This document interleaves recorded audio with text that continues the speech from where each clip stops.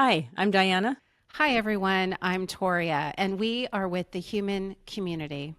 Today's guest is Jeff Howard, a visionary sound healer, philanthropist, and founder of the Vibrational Sound Association. Jeff is someone who understands the healing power of vibration, not just as a theory, but as a sacred force that touches all beings. He brings sacred sound to Thailand, where he and his students offer healing sessions to an elephant sanctuary to help bring healing to rescued elephants. In this episode, we journey into the power of resonance as sound becomes sanctuary across species. In 2014, he developed a powerful technique for vibrational sound therapy, crafting one of the most comprehensive and respected curriculums in the field.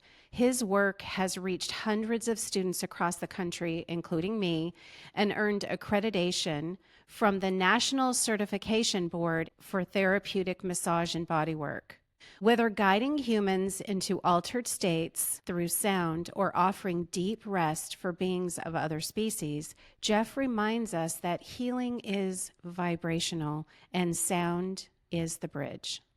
So today we step into the science and the soul of sound with Jeff Howard. I'm so excited to talk with him. The last time we saw him was when we were in Thailand together.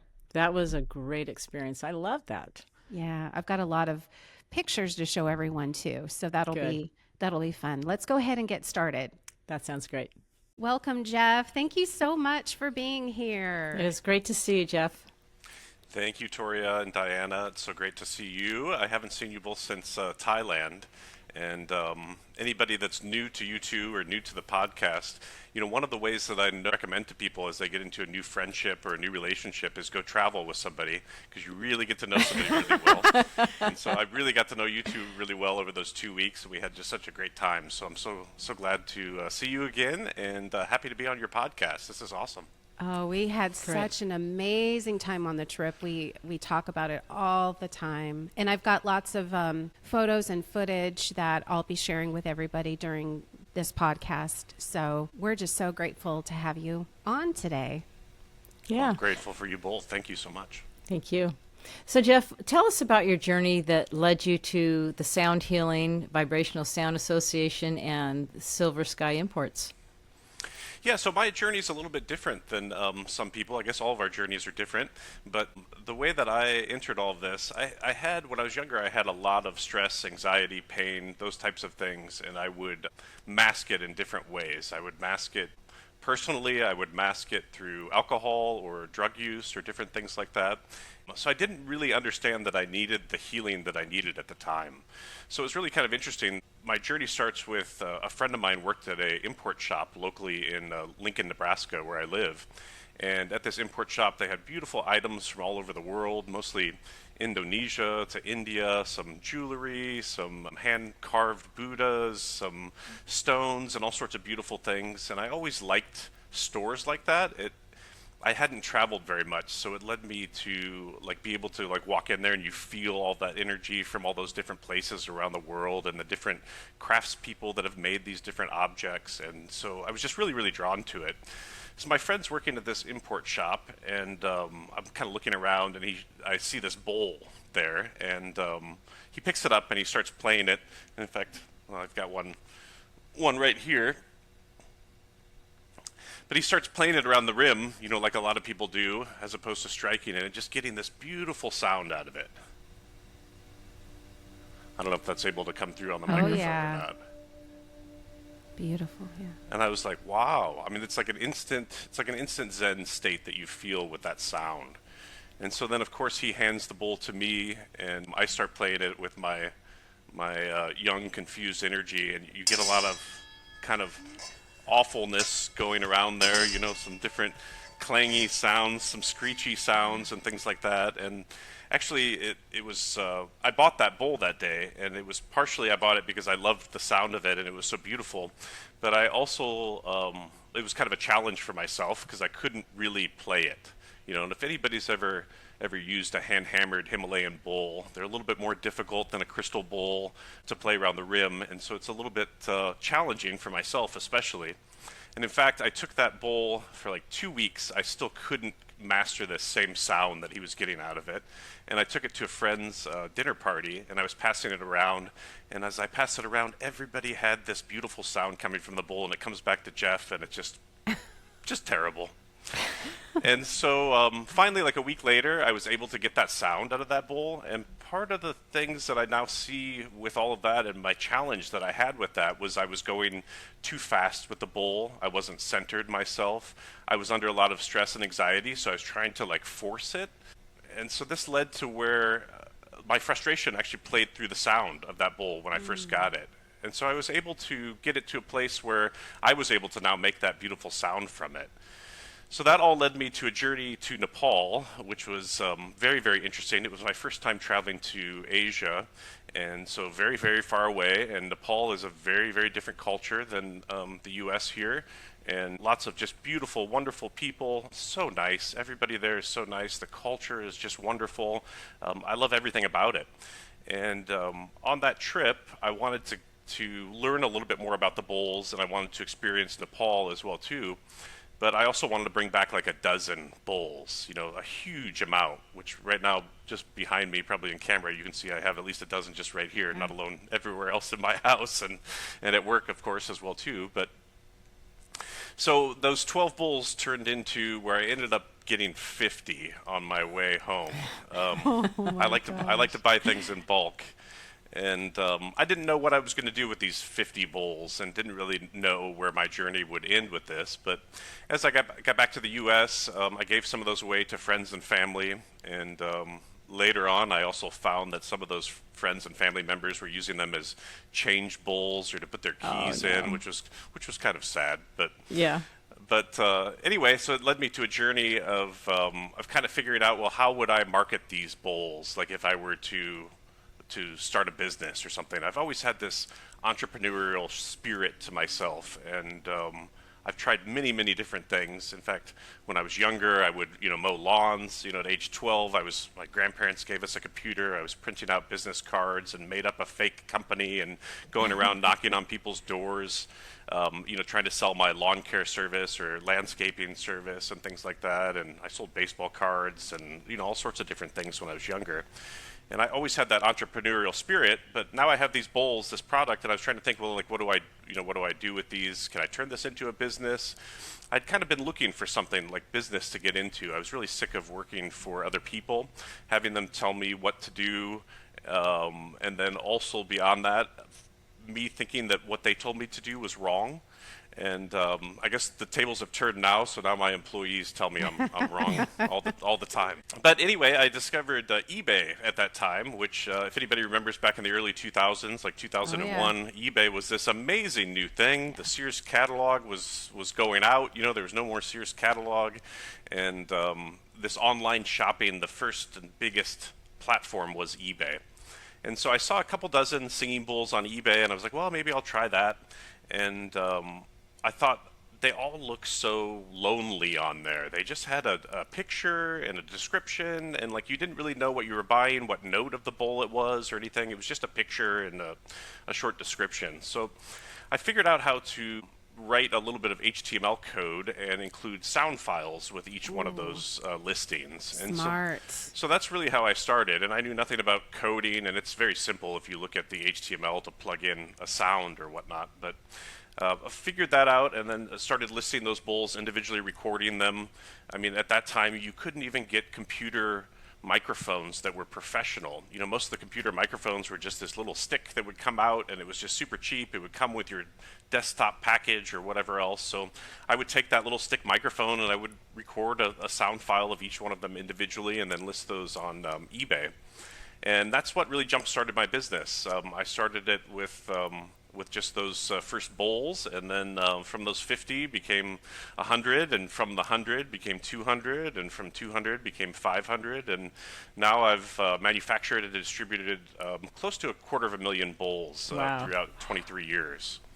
So yeah, it's been quite an interesting journey. I didn't expect to be where I'm at today. I mean, certainly when I was starting all of that, I was just thinking, kind of a side hustle or whatnot. But a lot of hard work and a lot of dedication to it. I was able to eventually quit my job, and then that's what started the whole retail business that I have. And Silver Sky Imports is the business I've had for 23 years. And actually, last month in July, we just changed our name to Soundtopia. So we're slowly taking the steps to change the name. And I've had a lot of people reach out and say, oh, geez, it sounds like you guys got bought out, or Jeff's retiring, or something like that. And that's not happening.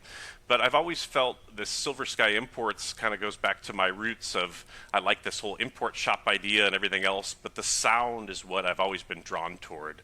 So coming up with Soundtopia and then securing that domain name, I did that last year and did the trademarking on that. And so that's my new chapter, because my heart in all this has always been with the sound. So the Soundtopia or the Sound Utopia is my next journey of that.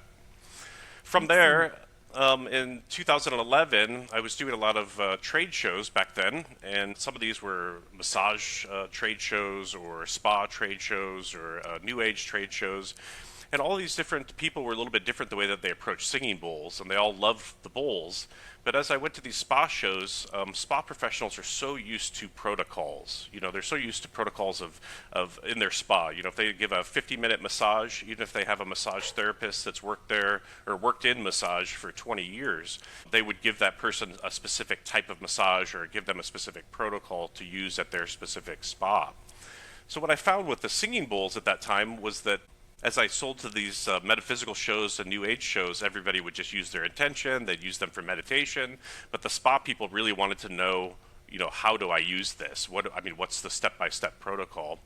So that's what really brought me to starting Vibrational Sound Association, the education company, was having all of those clients that really wanted protocols to use the bowls for. So from there, I developed my own series of bowls. I developed bowls because it was really difficult with antique bowls and hand-hammered bowls to get them all within a similar frequency range and things like that to use them in a protocol. So I developed Zen singing bowls and the therapeutic bowls. And that's what kind of helped me to develop the classes as well, too. So I spent about 3 years with the classes, developing those, and then all the protocols. And then from there, we had our first class in November of 2014. And I love to bring up all this entrepreneurship things because of the fact that there's so many people out there wanting to start something, but then it's just like, oh, I wish I could do that or whatever else. And like, you just can do it. You know, you have to change your mindset. We were talking about before the show a little bit about change, and it's so important to just make little changes in your life so you can achieve your goals. And I didn't even know what my goal was in the moment, but at that time I did a lot of changing, a lot of learning, and developed the program. And then had our first class. I was so nervous in that first class. We had 17 people, so it was a huge class, and it was all of like my customers from my retail business. So all these people were very, very into singing bowls, and I wasn't even sure if the protocols would work in a class setting because of the fact of, you know, normally you're just one-on-one with a client, you're just placing the bowls on the body, you're in a single space, and I wasn't sure if people could get into that same state. But sure enough, the first day, everybody comes in excited. We have our first practice in the afternoon, and everybody gets into this like super deep, relaxed state. And so it was so awesome. So that was kind of my journey of how I started with everything, and then it just all continues to evolve. We've got more classes coming up that putting together for next year, and always coming and introducing new products and things like that. And that whole change idea is just so important. If you ever feel stuck, you know, to just make small changes in your life so that you can change. You got to change to change. What a great message. That's a great message. Can you give us an example of what kind of change? Yeah, I mean, I think that our habits are so similar every day, no matter what we're doing. I think that small changes are the easiest ones to make instead of radical changes. So for myself, it was always just just kind of being stuck in my ways of, you know, I didn't really think before I started the classes, I didn't really think that anybody needed the education aspect of it at all until those people brought that out to me, and then I decided to implement it. And I'm sure there were other people during that same time that thought about implementing it, they just didn't do it. and it wasn't easy.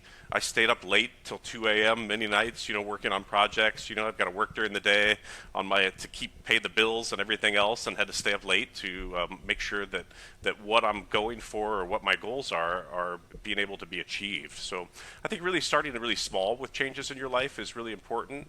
Also embracing change, because nothing is constant.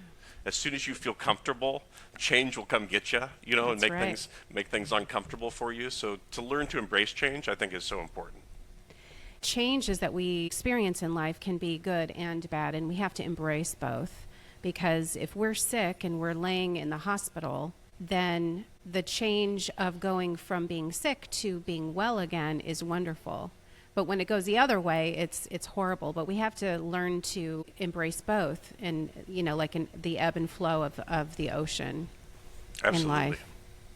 Your program is amazing. Could you explain to everyone what VST, or vibrational sound therapy, is, and how it's different from traditional sound baths? Yeah, so vibrational sound therapy is singing bowls or therapeutic singing bowls directly on the body.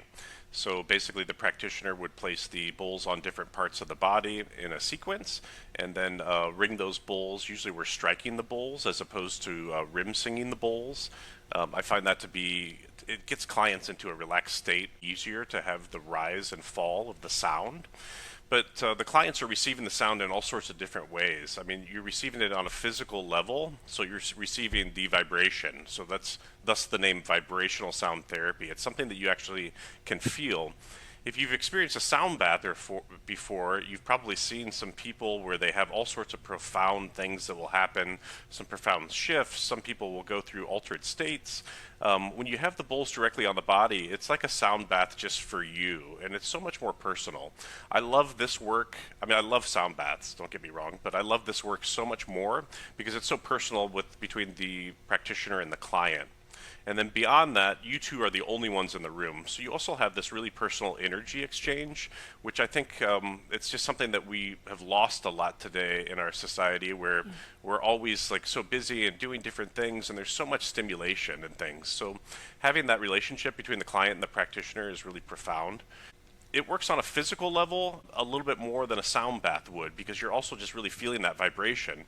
So that vibration is penetrating through every cell of your body, every little part of your body. It's going through everything. It's going much deeper than even a massage or body work would go through. And so that's what's most profound, I believe, about vibrational sound therapy. It also really affects not just that physical level, but also an emotional level as well too.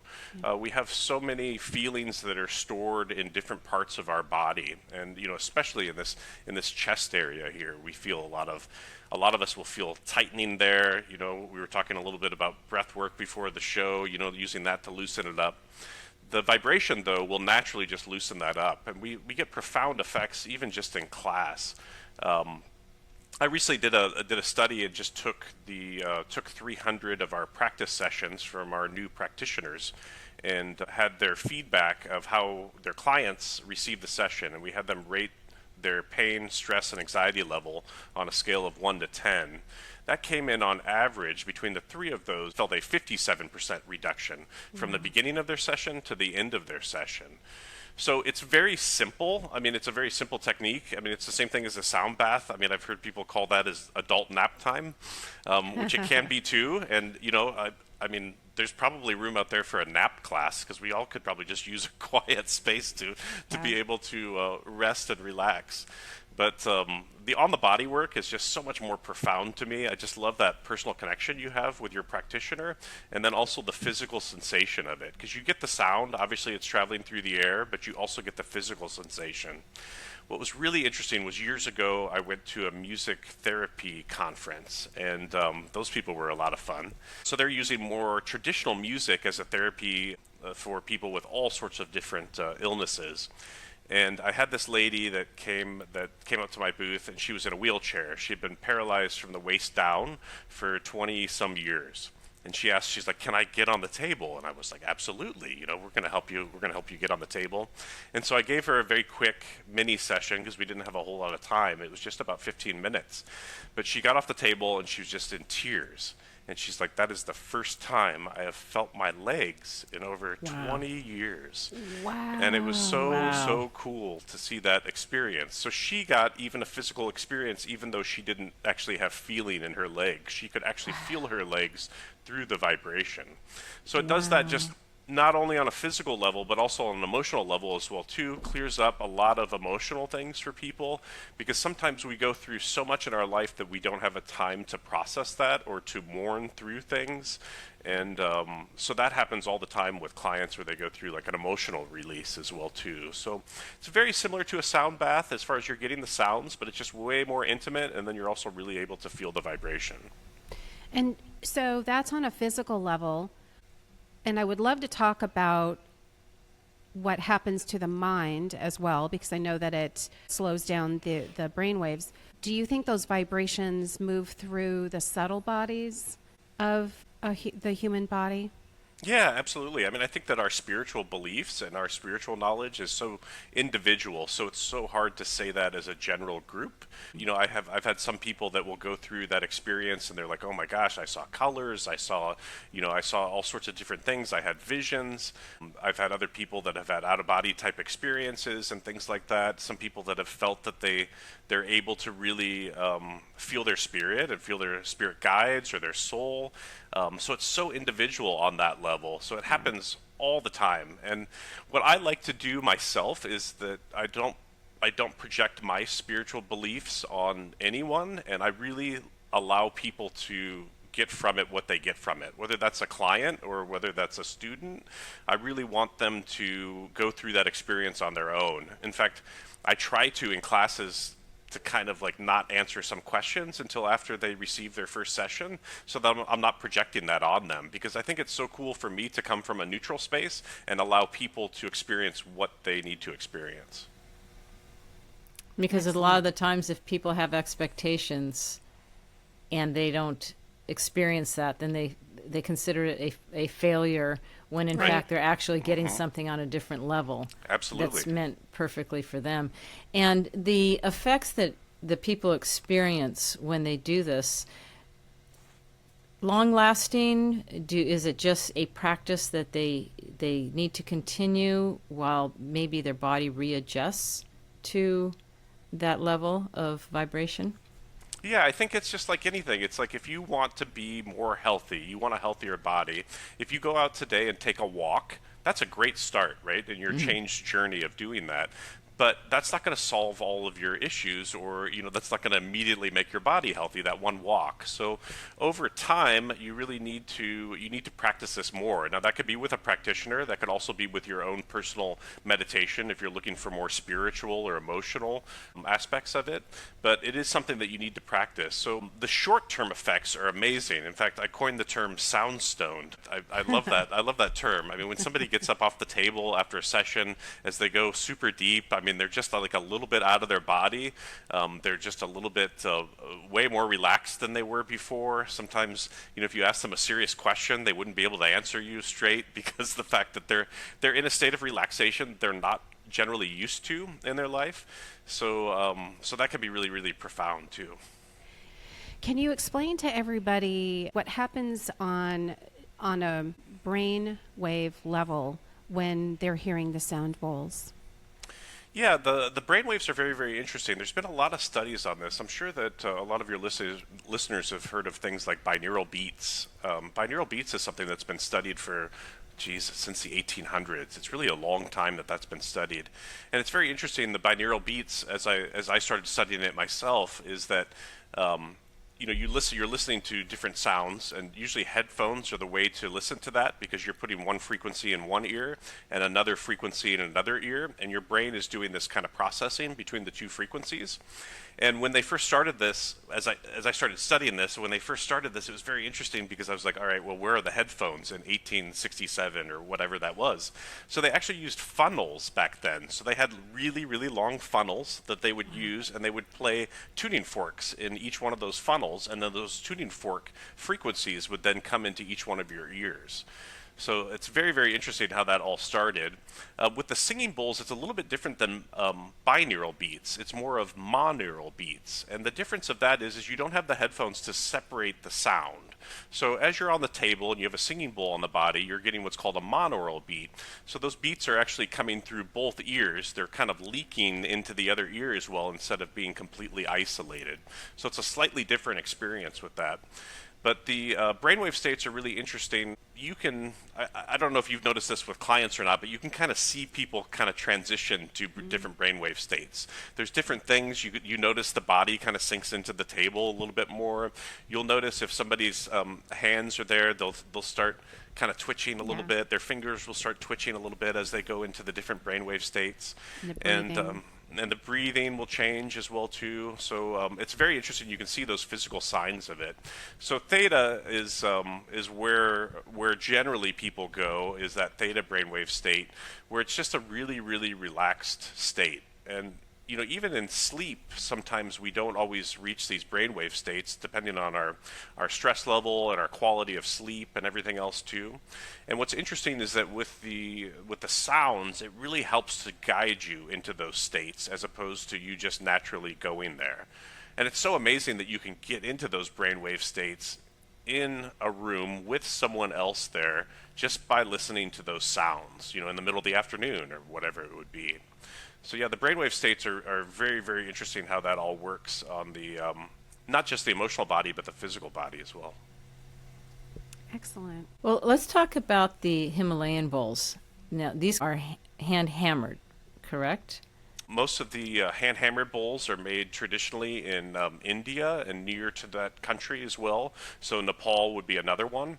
The original Tibetan singing bowls is all, unfortunately, a farce. It's actually not even true that they come from Tibet. Some of the original bowls were hammered by people from Tibet, but most of those were refugees in Nepal or in India.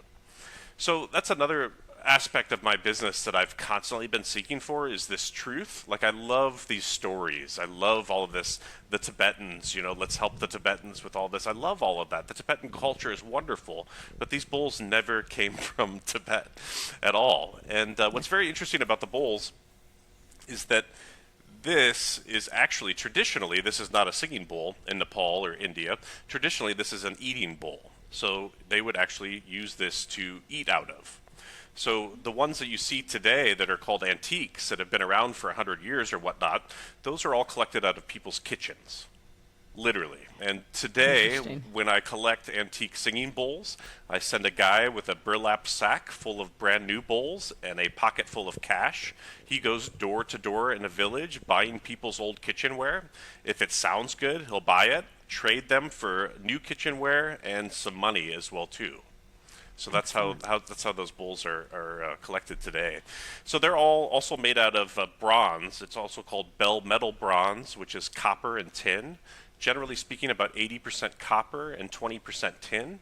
And that's another kind of farce with the metal bowls too, is that there's 7 metal bowls. I don't know if you've ever heard of that before or not, but there's 7 sacred metals that also align with the planets. And a lot of bells in India and in Nepal are made out of these, but not specifically the bowls, because these were eating dishes. And 2 of the sacred metals are mercury and lead, and we want to stay away from mercury and lead if we're obviously eating out of those. So these are just traditionally made with the copper and tin. Well, how are they made? They're all hand hammered. So it basically starts off as they pour the molten metal, the copper and the tin, into a vessel. That vessel creates like a hockey puck. And then that hockey puck is hand hammered into the bowl shape. They use different...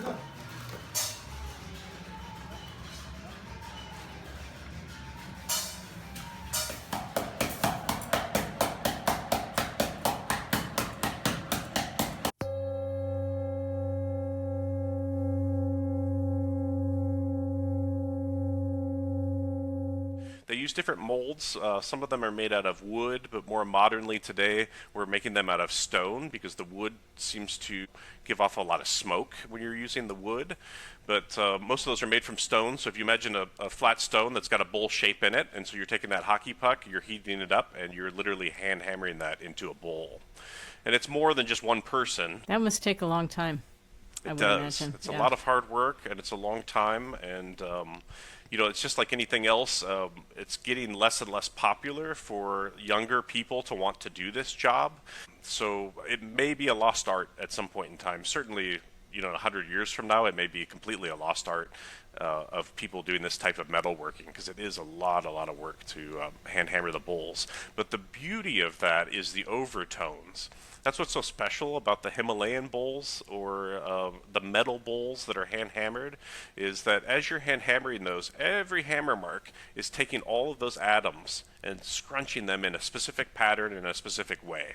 And then as you hammer it again, it's now doing that same thing, but a little bit different, because you had different pressure, different speed, different everything on a different spot. So each one of these is like a snowflake. You may have two bowls that have the same dominant frequency, but then also they have this whole wash of overtones with them. So I've never run into, with hundreds of thousands of bowls, two bowls that have the exact same sound pattern. I mean, they're all completely different. That's interesting. I love that. Can you explain to us about your visiting the warehouses where they're made? Can you tell us a little bit more about that? Yeah, it's very interesting. Actually, the first trip I took to Nepal, I was very discouraged by the working conditions there.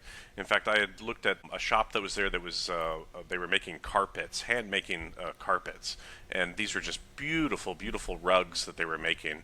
And there was about a 7 or 8 year old boy there at the loom making the carpet. And I was like, oh, geez, well, I can't get into this business, because it's like, I don't want to support child labor and things like that. And it kind of comes from a very Western perspective of that. And that was my first initial thought. But then I found the background story of this boy who was working, and his father had passed away, and his mother was busy raising 6 other kids, and he was helping the family out. And not in an abusive environment, in an environment where he was just using his labor. And it gave me a completely different perspective on that. It's not that I have 7-year-olds making the bowls, but it did give me a completely different perspective on, wow, we are so blessed in the West that we can even say that, like, we shouldn't do child labor, and things like that. It's very, very interesting. And so it's interesting to hear his whole story with that. But what's interesting about visiting these factories is that everybody that's involved in these factories, in India and Nepal especially, they all come from lines of metal workers. And in fact, who owns these factories, because their names translate to coppersmith, metal worker, all these types of things. So this has been a long, long history of metalworking. And it kind of goes back to, in India and in Nepal, they had the caste system. And the caste system was different levels of society, but also different types of labor, types of positions, types of jobs that you would do. So these coppersmiths, these metal workers, have been doing this in their family for generations. So visiting those places at first was, I was like, okay, we got to OSHA this whole thing. We got to get gloves on everybody, and we got to do this. I would go to some places where they were working with hot metal, and they would have no shirt on, no shoes on, and all sorts of different things like that. So in all the factories that produce my products and that I manufacture products from, we make sure that all the standards are as good as they possibly can be for the workers, and provide health insurance for them too, in case they do get injured. So that's something that I'm really proud of, that we're able to implement and help them through that. Because I feel like, instead of these stories of this being this Tibetan bowl coming from the magical mountains of Tibet that has 7 sacred metals, that's hand hammered by monks in the moonlight, I mean, those are all beautiful stories. But it's not true. And so, like, having that truth in there, taking care of the metal workers that are making the bowls, to me, helps our sessions that we're giving to clients as well too, because we're passing that same vibration, that same energy along. And that was, I just mentioned monks hammering bowls in the moonlight. I mean, a lot of people have bought bowls that they've been told that that's what this was a monk that hand hammered this on a full moon. And it's a beautiful story, but in general, it's certainly not true. And it would be kind of like in the U.S. thinking about a priest working in a welding shop. You've probably never seen that in your life. It's happened. I'm sure there's a priest out there that welds, but I mean, it's just not a normal, it's just not a normal thing. And especially in that caste society of India, is that the monks do the monk stuff, the metal workers do the metal worker things, so it's a little bit different with that society. But visiting those factories is just awesome to be able to meet the people and that are the craftspeople that make the bowls, and it's so cool to hear their different stories and things like that. And most of it has such a lineage to it, where their fathers were doing this, their grandfathers, great grandfathers, and things like that too. But it was just a little bit different because their grandfathers were making this for the kitchen or eating or bowl dish type of an industry, and now today that industry is almost completely gone mostly because of high prices of metals, which has caused it to where it's really hard to have all the dishes in your kitchen be made from copper. So that's unfortunate. But if you've ever been to a Indian restaurant in New York or in larger cities, today they use more stainless steel. So they still use metal, but they'll give you a stainless steel cup to drink out of, as opposed to a copper cup or a stainless steel tray to eat your Indian food off of. So it's very common in that society to use these types of metals for kitchenware or dishes. Well, with all of the different energies going into it and the obvious pride that goes into manufacturing these bowls, how do you choose or connect to a sound bowl that you use in your sessions? Yeah, so I go a couple different ways. I go by what feels good, we should do it. And then beyond that, I also go by the science or the way that humans perceive sound. So what's interesting is as I created my protocols, there were so many people that wanted the chakra work, and so powerful to have that chakra work. The problem is that years ago, this was back in the 70s, was that somebody had put the chakras into specific notes and so on and so forth. And a lot of that doesn't always match up with the bowls, because I can't always match those bowls to those notes. Because they're all entirely hand hammered, it's very, very difficult to get a perfect pitch note out of a bowl. So what I work with is with frequency ranges. So for example, the main bowl that we use in our courses, it's called the ZT900, and that was the bowl I was playing here. That bowl, all those bowls are created, they're all unique, but they're all within a frequency range. And so with the body, I'm using lower frequencies toward the lower part of the body and higher frequencies toward the higher part of the body. And the main reason for that is very scientific. That's how humans and also animals perceive sound. So we perceive even lower sounds coming from a higher place, we perceive those as lower. And the same thing with higher sounds coming from a lower place, we perceive those as higher. So the way that the sound perception, and a great example of this is your speaker at home. Your bass is always on the bottom, right? You've got your tweeter on the top, you've got your mid obviously in the middle, but your bass is always on the bottom, and that's bringing that groundingness or that lower energy or that lower vibration to the human or to an animal. That's the same way that elephants also, or dogs or cats also perceive sound.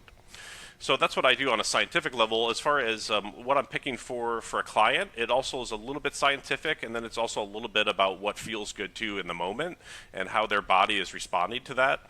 But generally, if it's a new client, I'm doing a lot more listening. I'm doing a lot more paying attention to the way the bowls that I'm used to using are working, and then I'll make some adjustments based on that. So it just kind of depends. It depends on the client when it comes to what they need too, because it's also really interesting. I can use this 900 bowl, which I'm very familiar with because I use it every day, and I could use it on you versus Toria. It's going to give me a different sound vibration between the two of you, not just on a physical sense, but also on an emotional sense too. There will be a different vibration in different parts of your body.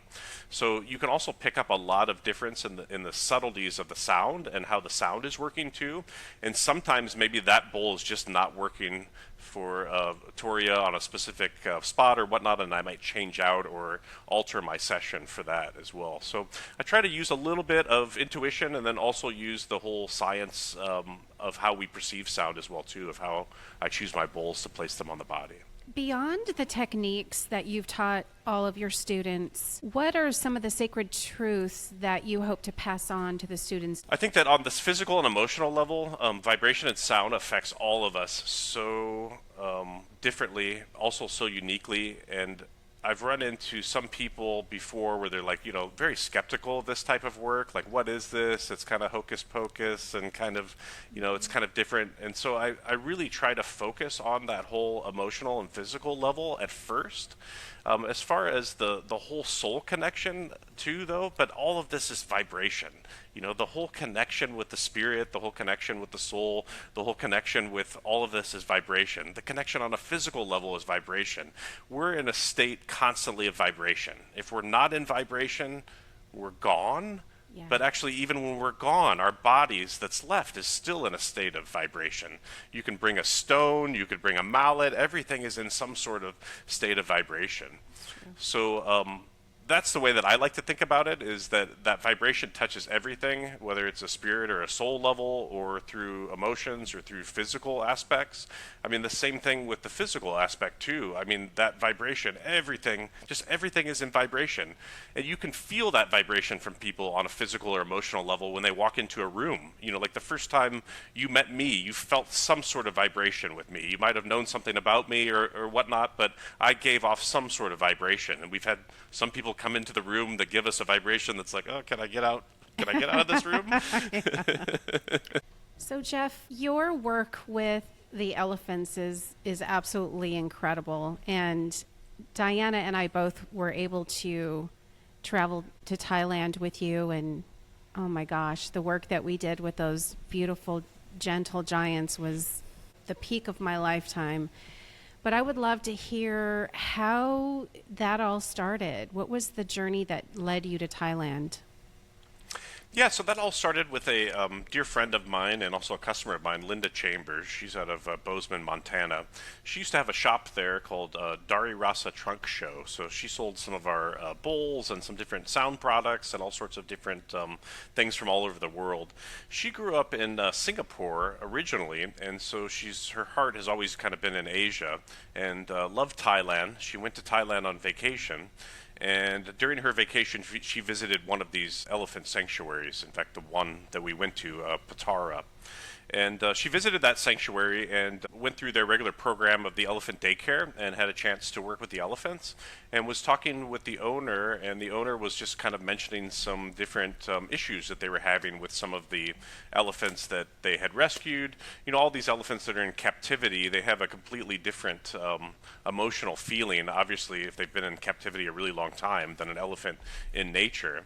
And so having to work through all of their different life challenges in captivity was also very difficult to help them kind of move forward, especially if they came from abusive relationships that they had in the past, where they were maybe working in the logging industry is a popular one in Thailand, where they would use the elephants as basically workers in the logging industry to haul logs down the mountain and things like that. So a lot of grueling work that elephants weren't really used to doing.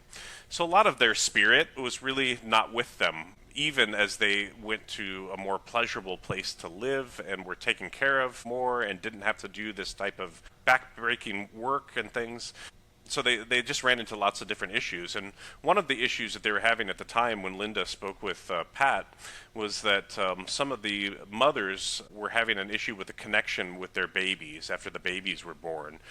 Sometimes there was a rejection at first of the mothers, and also a rejection to the breastfeeding, which was also kind of interesting. And so with elephants, they breastfeed not that long. It's only 45 seconds at a time, but that's multiple times per hour. I mean, a lot of hours in a day. And for you ladies out there, it's 4 years for elephants for breastfeeding. Wow. So it's a commitment. It's a commitment, during that whole process. And the breasts of the mother elephants, those are underneath their front leg. And so in order to basically be able to expose the nipple for the baby elephant, they need to move their front leg out. And so that was actually kind of I think it was basically a stress response they were having, where they were not relaxed enough to then move their leg out to then expose the nipple to then feed the babies. And so they were having some issues where instead of that normal 45 seconds in nature per feeding, they were only getting 15 seconds or 20 seconds at a time. The babies were malnourished. They had to hand feed the babies.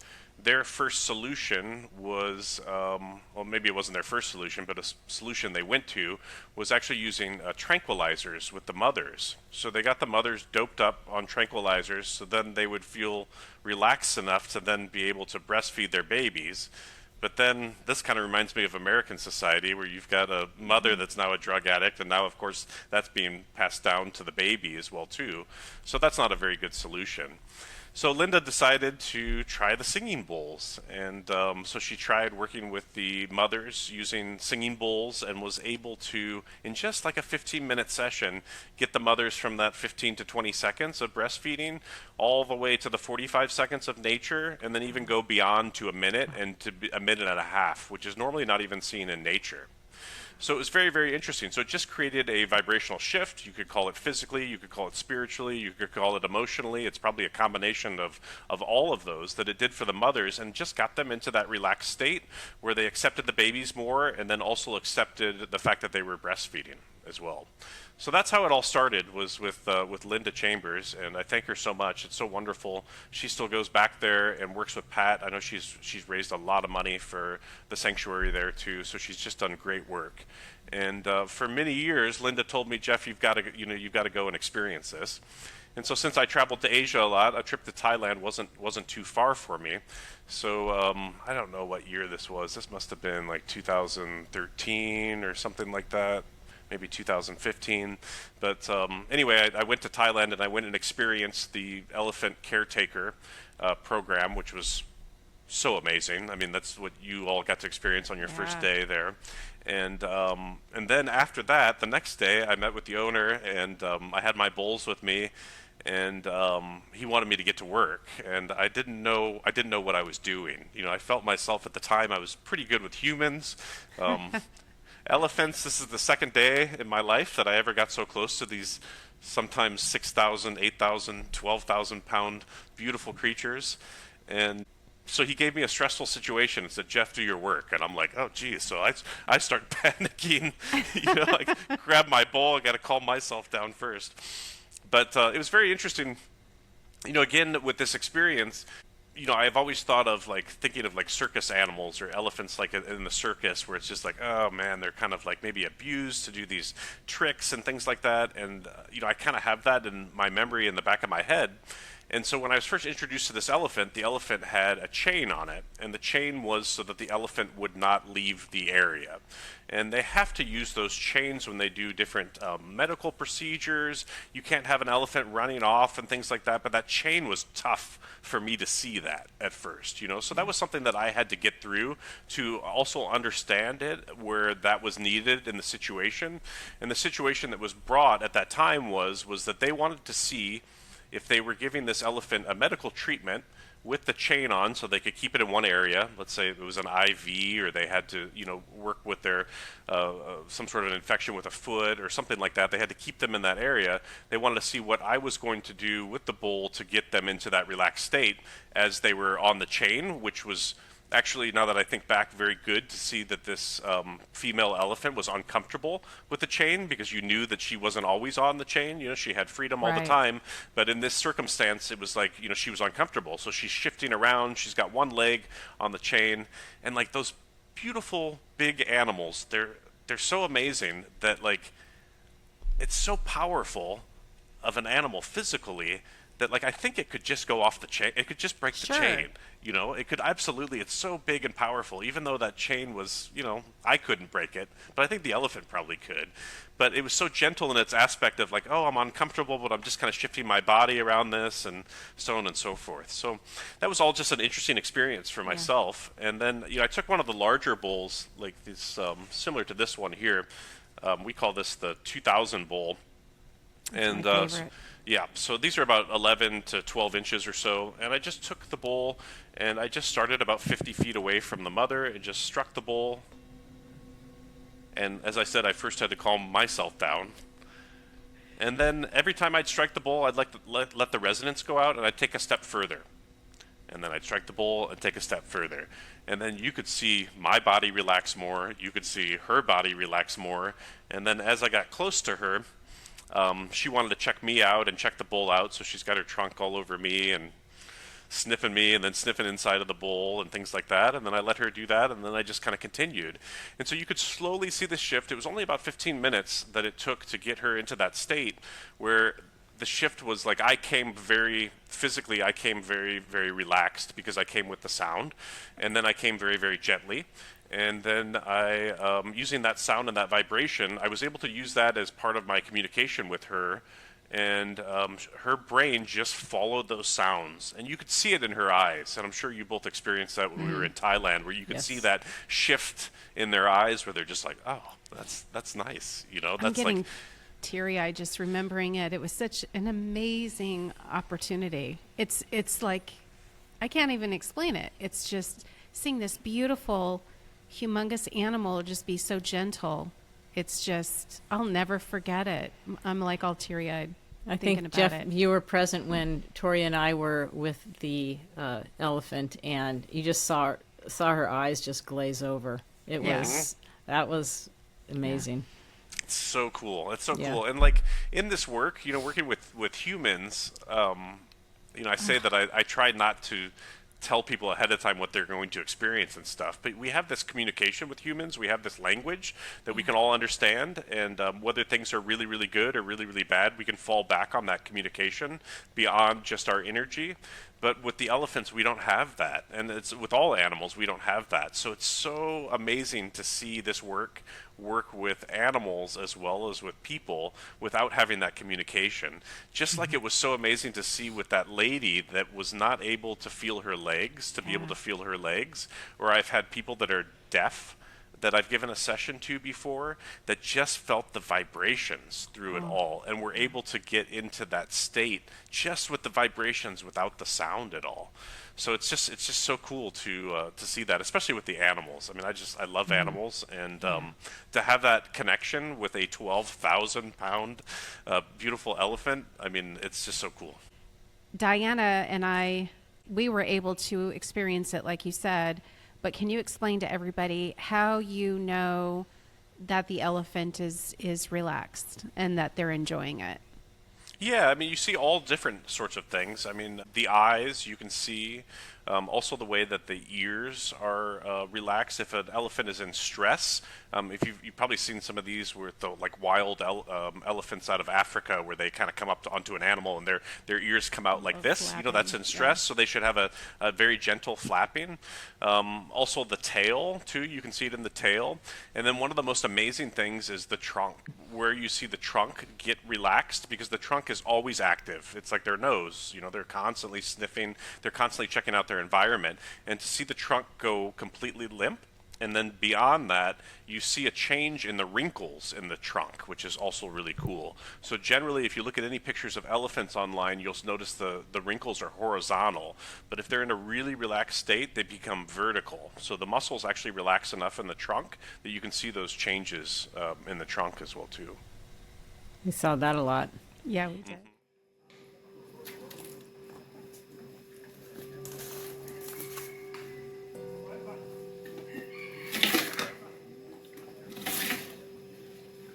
Have you practiced sound on any other animal species? Mostly just dogs. I actually, one of the classes I want to come out with next year will be an animal sound class, and so I've got so many videos with the Sign me elephants, up. which is so cool. Sign me up. I'm there. Uh-huh. And then the best thing is I have a lab, and his name's Siggy. He's 6 years old, and he grew up around the bulls. Like I took him to the office all the time, and he just really, and he's a lab. He's very relaxed with things and whatnot. So he loves the bulls.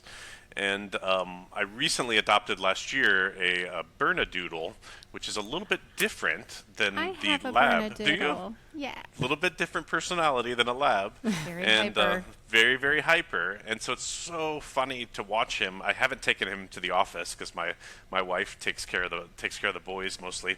But it's very, very interesting where he hasn't been around the bulls, and so he has a completely different reaction. There are two types of people. One,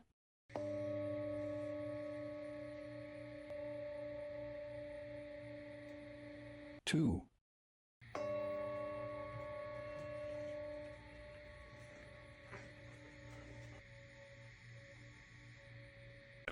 So part of my class will be the journey of taking Oliver through that reaction of, I'm not so sure about that sound. I want to run away from the bowls, to get him to be able to understand that that sound means relaxation. So part of the class will have that, because I think it's so important. But I also want to show different things of like working with shelters and things, working with abused animals or animals that end up in shelters, how to use sound, and then also your presence with them.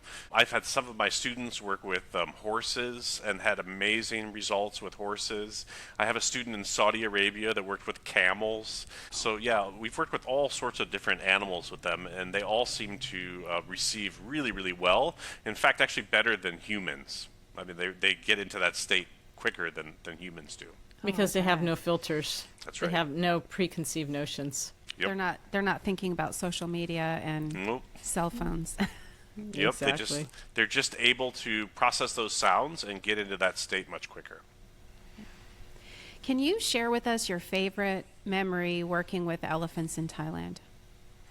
Yeah, my favorite memory is working with an elephant. It's probably the trip before yours, where I was working with one called Jumbo. I don't know if you met Jumbo at all. I don't think so. I don't think Anyway, so. at the time he was like, I think he was like 7 years old or something like that, or he was fairly young. Elephants can live as long as we do. He was fairly young, and this group was working with him, and I went over to help them. And all of a sudden, he just went down. He's got like paws crossed over each other, and he's just super, super relaxed. And he's just like, I've never seen an elephant do that before. So that created a special relationship. And every time that I go back to the sanctuary, I always visit him, and it just brings back great memories. And so I have these beautiful photos of him, just in a completely relaxed, just Chilled state out. like that, just totally chilled out, where generally speaking, you would never see an elephant like that in the day. At night they shift back and forth when they sleep, and they sleep from side to side, but usually it's about 2 hours on each side or whatnot, and they don't sleep very long. I think it's 5 or 6 hours during the night. So you would just rarely see an elephant like that, and that was the first time I'd ever seen that, and it was so cool. But we just constantly have all of these experiences. Every time I bring groups there, we always have these unique experiences, and I never know what's going to happen, and it's always so cool to see the different results that just end up happening. So it's just amazing, really. What I loved was seeing the other females, what should we call them, surrogate mommies? Yep. The aunties, they would take care of the babies. It was just such an incredible thing to witness, how they would take care of their little tribe, or their big tribe, really. They had a big tribe. Mm-hmm. That was just so fabulous. It's really common, especially in nature. They are a tribe in nature. They travel around for food and water as a tribe together, so they really have that family sense. And generally speaking, too, that was one of the issues with some of the mamas that were going through the whole pregnancy and birthing process, is that generally in nature, the sister or the good friend is kind of helping you through that whole experience. The pain of childbirth, the pain of going through labor and things like that, and then helping you to take care of your newborn elephant. So in nature, it's so common for that to happen. So it's so cool to see that even at the sanctuary, they're able to get that same connection too. Yeah.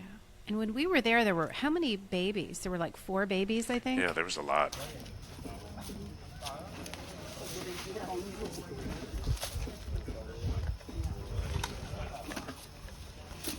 Where's the ones in the wild?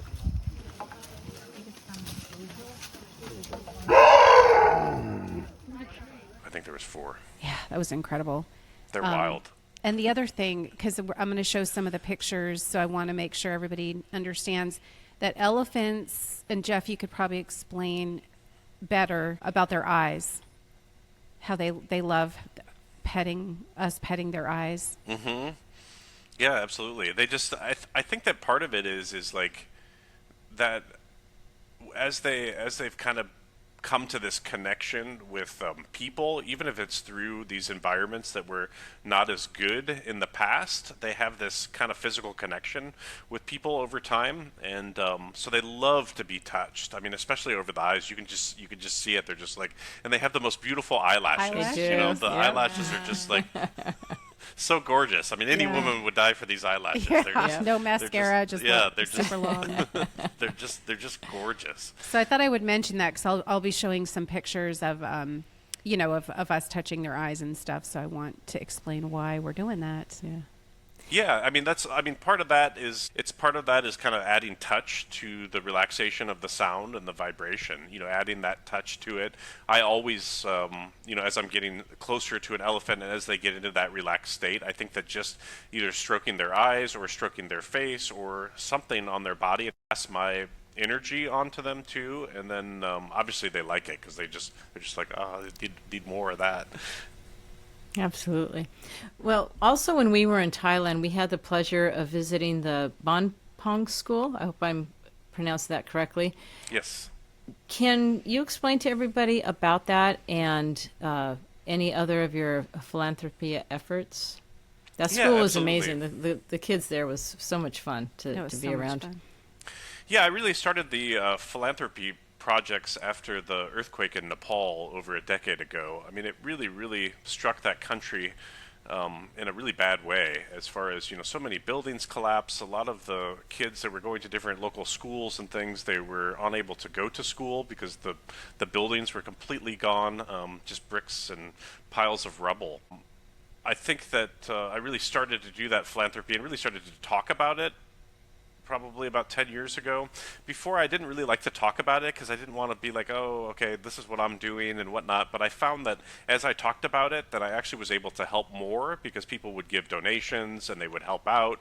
And like other people that weren't able to have the opportunities that I had to travel were able to also contribute, which was really cool.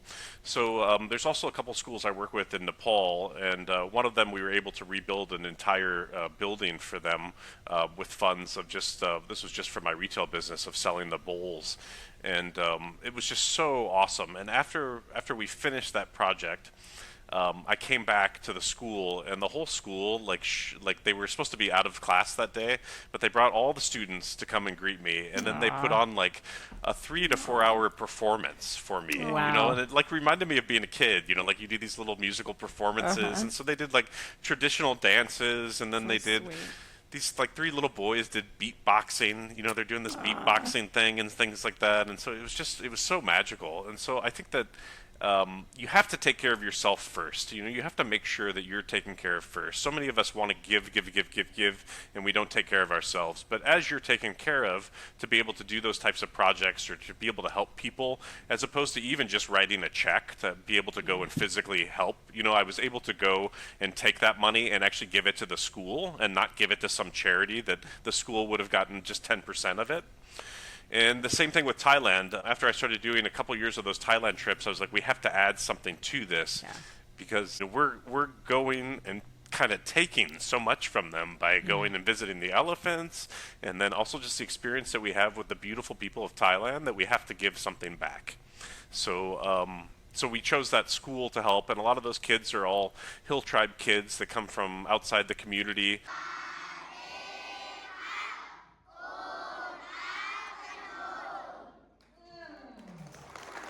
That their parents come to work in Chiang Mai.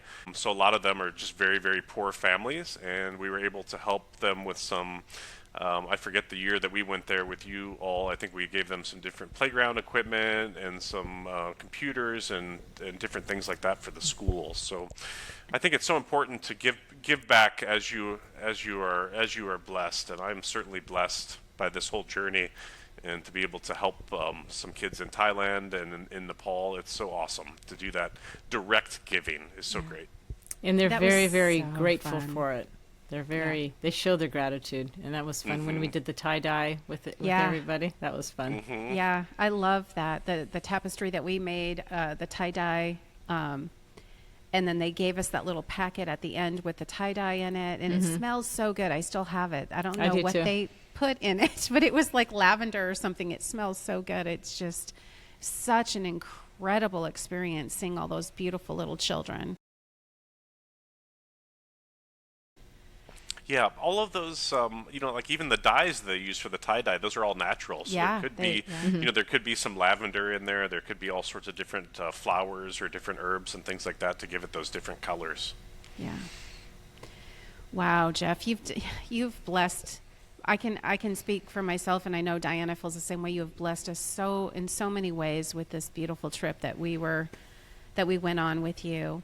One of the reasons why we were so drawn to bring you on the human community, we really love focusing on people who are tapping into that part of their brain and part of their heart and part of their mind, making the world such a better place and creating a place where humans can feel proud to be human. You know, we're celebrating our humanity when we're playing the sound bowls. It's an ancient practice, sound healing.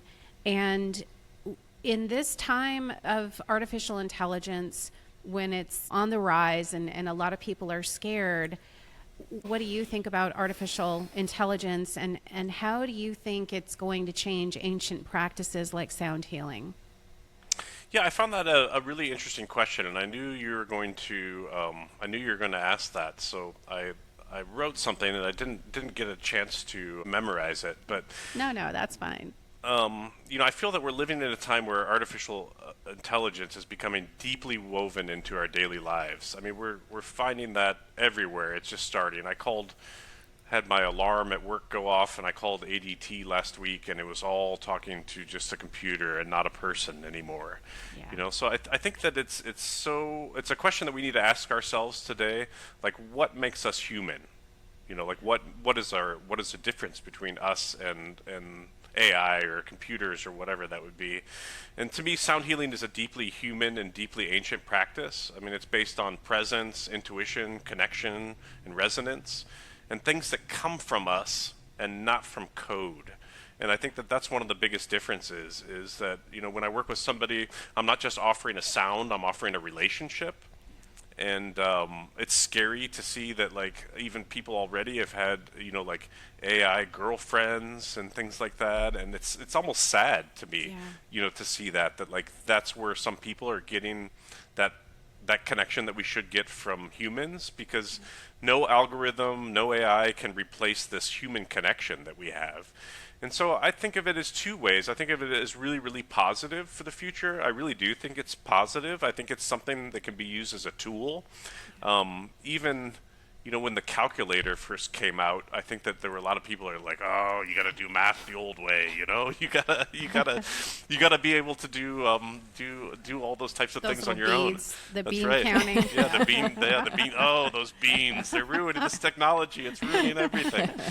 But we have to remain human. We have to remain with that human connection, and I think that this is actually a tool that we can have more human connection with. Meaning that if this can help us do some tasks in life that are not as meaningful, and we can give AI the unmeaningful tasks to do, and then the three of us can spend more time together as humans together. With I think elephants. with elephants, with other humans, with other animals, and we can all have that human experience together. And that's something that AI will never be able to replace whatsoever. But I think it's positive. I really do. I think that it's scary, just like anything new is scary and any sort of change is scary. But I think it's a really positive thing that will come to the future. That if we decide to use this tool to benefit ourselves, to take those menial tasks that don't inspire us and don't create that human connection, and use AI for that, so that we can also connect with each other more. I just hope that people won't keep these like relationships with AI and things like that, because those types of things, that's very alarming to me that that type of thing happens. But it always weird things always happen with new technologies. But I think we can really have AI serve us to really help with those tasks and things, to free up our lives so we can create more human connection. Well said. Absolutely. That's beautiful. And if the world could fall silent just for a moment and truly listen, what message do you think the earth or even the elephants would say to us? Yeah, I wrote a little poem on that as well too. For the earth whisper, come home. You will never separate. Your breath is mine. Your rhythm is mine. Remember. That is beautiful. That is beautiful. And for the elephants, I mean, I have such an appreciation for the elephants, and like what they really say is you don't have to rush. You don't have to carry it all. Feel your weight, honor your pace, walk like the earth is part of you, because it is. I love that. You're totally going to make me cry.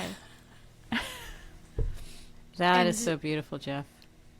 Anyone who has been in the presence of an elephant can understand that. That's beautiful, Jeff. Thank you. Yeah, you're very welcome. Oh my gosh. Okay. Should Take I a put moment. this in the Take podcast? a moment. Absolutely. This is human emotion, and we need more of it. Yeah. That's beautiful. Tears of joy are very, very good tears to have. And that came from your heart. Absolutely. Yeah. Absolutely. Thank you, Jeff. That was That- beautiful.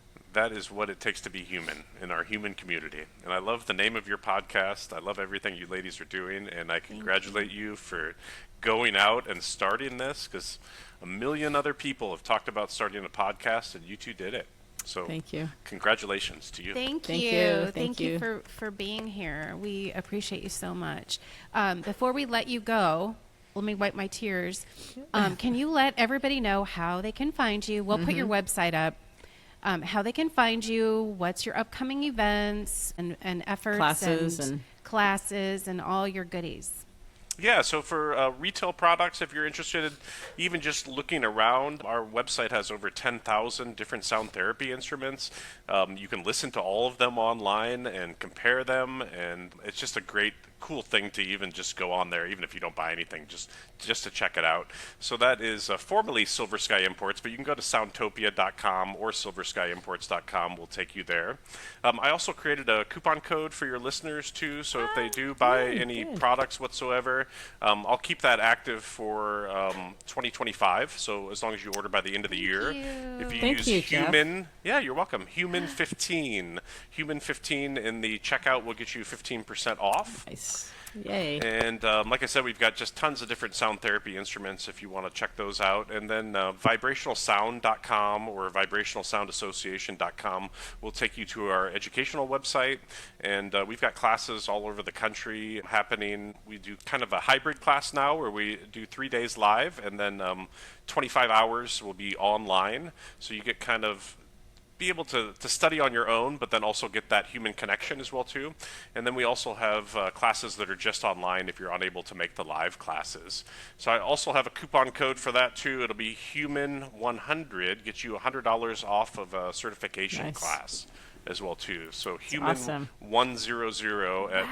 at vibrationalsound.com will get you $100 off of the class. Oh, we're so grateful for that, Jeff. Thank you. My goodness. Yeah, you're what very a so generous. Thank you. blessing. Thank you so much. Wow.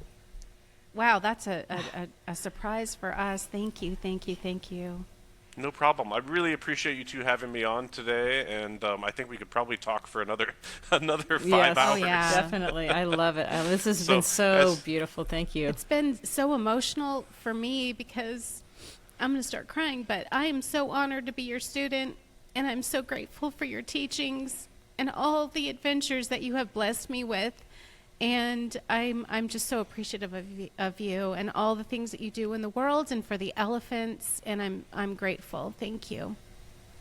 Well, thank you both so much. I'm so honored to be a part of this, and definitely honored to have you as my student. Honored to have both of you come to Thailand with me. Without your support in this, I couldn't do what I'm doing today. So we all work together.